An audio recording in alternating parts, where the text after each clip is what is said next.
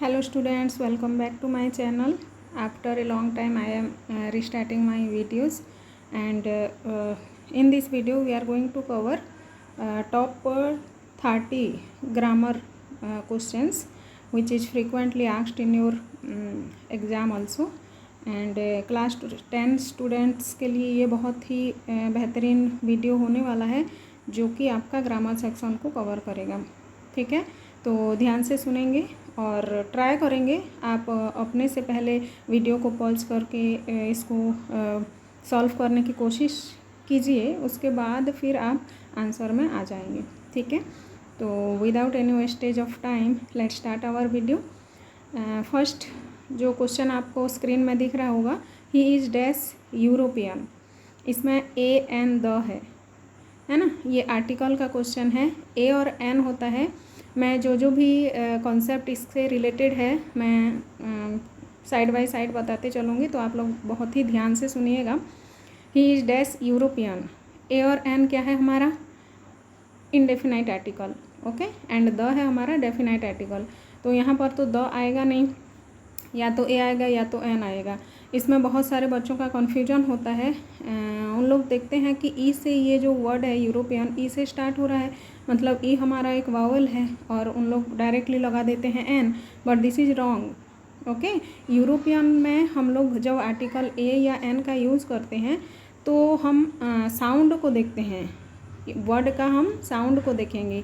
या और ये साउंड जो है यूरोपियन का, य का साउंड आ रहा है, मतलब ये एक कॉन्सोनेंट साउंड हुआ, और कॉन्सोनेंट साउंड में हम क्या करेंगे, आर्टिकल ए का यूज़ करेंगे। तो ऑप्शन जो ए है हमारा, है ना, ही इज़ अ यूरोपियन आएगा। ओके, आई थिंक ये कॉन्सेप्ट क्लियर हो गया होगा आपको। कोई भी वर्ड किसी भी लेटर से शुरू हो, चाहे वावेल हो चाहे कॉन्सोनेंट हो, उस पर ध्यान नहीं देना है। ध्यान किस में देना है, ध्यान देना है आपको साउंड के ऊपर। वावेल साउंड है तब एन लगाना है, कॉन्सोनेंट साउंड है तो ए लगाना है, और कोई भी पार्टिकुलर चीज़ के बारे में हम बता रहे हैं, स्पेसिफिक है हम, तब हम क्या लगाएंगे, द लगाएंगे।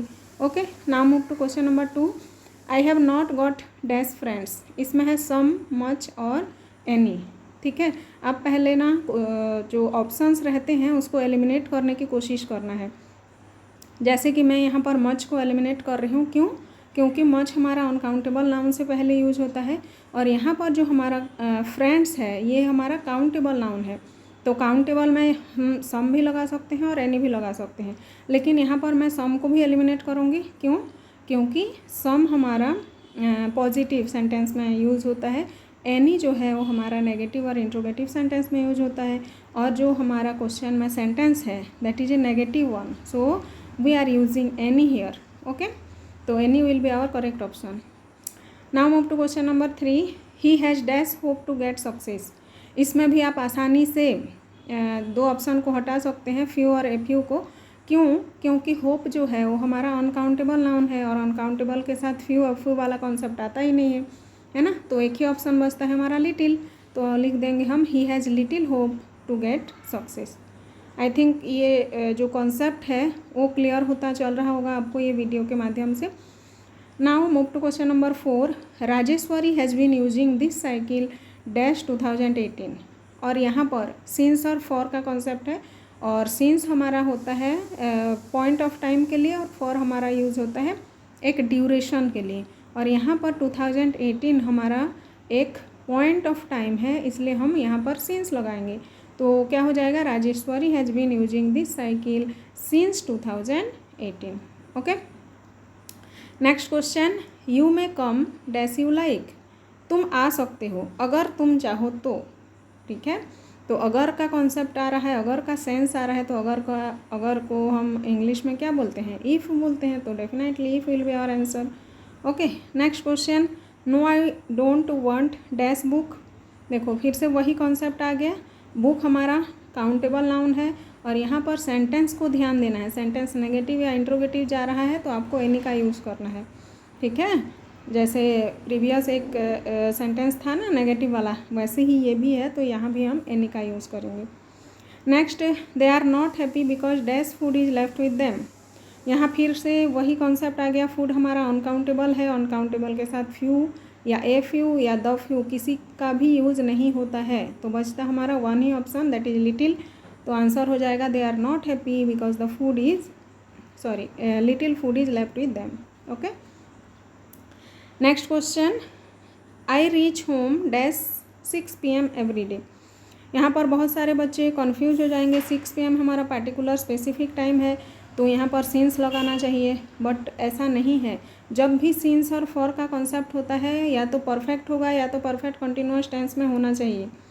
और यहाँ पर आप देख सकते हैं एवरी डे लगा हुआ है, मतलब ये जो सेंटेंस है ये हमारा सिंपल प्रेजेंट का टेंस है, इसलिए हम लोग यहाँ पर सीन्स नहीं लगाएंगे।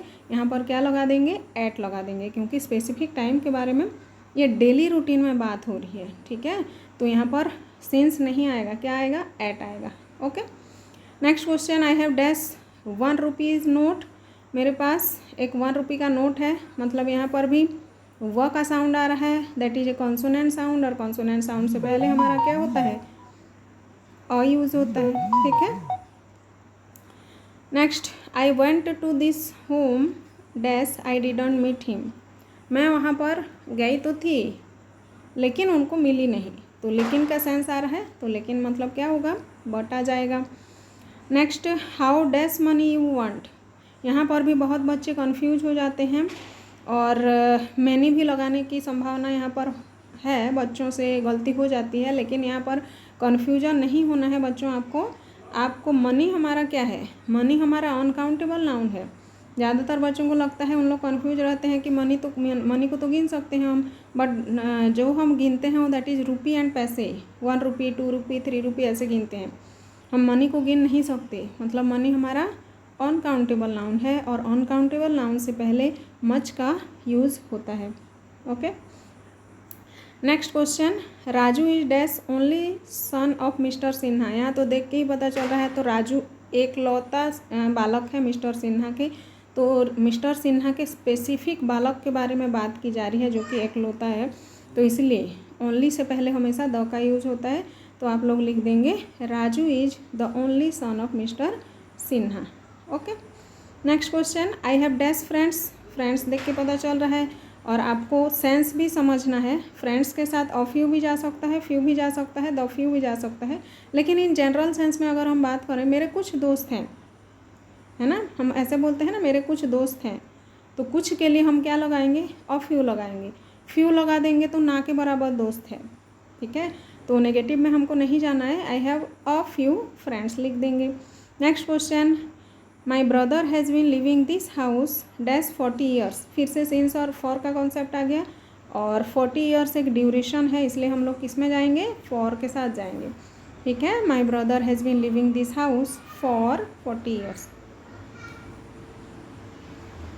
Next question, she wants dash paper to write a story. Paper से पहले हम क्या लगाएंगे, सम लगाएंगे, क्योंकि उसको स्टोरी लिखने के लिए कुछ पेपर्स की ज़रूरत है। एनी कब लगाते हम, जब हमारा सेंटेंस नेगेटिव या इंट्रोगेटिव होता, लेकिन ये तो पॉजिटिव सेंटेंस है, पॉजिटिव सेंटेंस में हम क्या लगाएंगे, सम लगाएंगे। फ्यू इसलिए नहीं लगा सकते क्योंकि ना के बराबर पेपर की तो ज़रूरत नहीं होगी। अगर कोई स्टोरी लिखना चाहे तो उसको कुछ 1-2 पेज की तो ज़रूरत होगी ना, और फ्यू मतलब ना के बराबर पेपर, तो इसलिए हम फ्यू को भी एलिमिनेट कर रहे हैं। तो ऑप्शन क्या सही रहेगा, सम। ठीक है, next question, she lives in dash apartment. यहाँ पर तो क्लियरली दिख ही रहा है, अपार्टमेंट मतलब वावेल साउंड है, इसलिए एन अपार्टमेंट हो जाएगा। Next, he will wait dash 3 o'clock। 3 o'clock या 3 बजे तक वह वेट करेगा, तो 3 बजे तक का सेंस आ रहा है, तक मतलब होता है इंग्लिश में टिल, तो यहाँ पर ऑप्शन टिल को हम सही करेंगे। Next, she has been studying dash morning. फिर से वही कॉन्सेप्ट आ गया, मैं बार बार इसलिए बोल रही हूँ क्योंकि आपको इस वीडियो के माध्यम से पूरा याद हो जाना चाहिए। सीन्स फॉर का कॉन्सेप्ट, फ्यू ऑफ यू का कॉन्सेप्ट, ए एंड द का कॉन्सेप्ट, ओनली जब लगता है द का यूज़ करते हैं, है ना, ये सब आप वीडियो को बार बार देखेंगे तो आपको समझ में आ जाएगा, और यही क्वेश्चन आपके पेपर में रिपीट होते हैं। ठीक है, तो यहाँ पर मॉर्निंग एक स्पेसिफिक टाइम है, इसलिए क्या लगा देंगे, यहाँ भी सीन्स लगा देंगे। ठीक है, next question, they teach maths in our school dash. और यहाँ पर आपको डू दे है, डोंट दे है, डज दे है।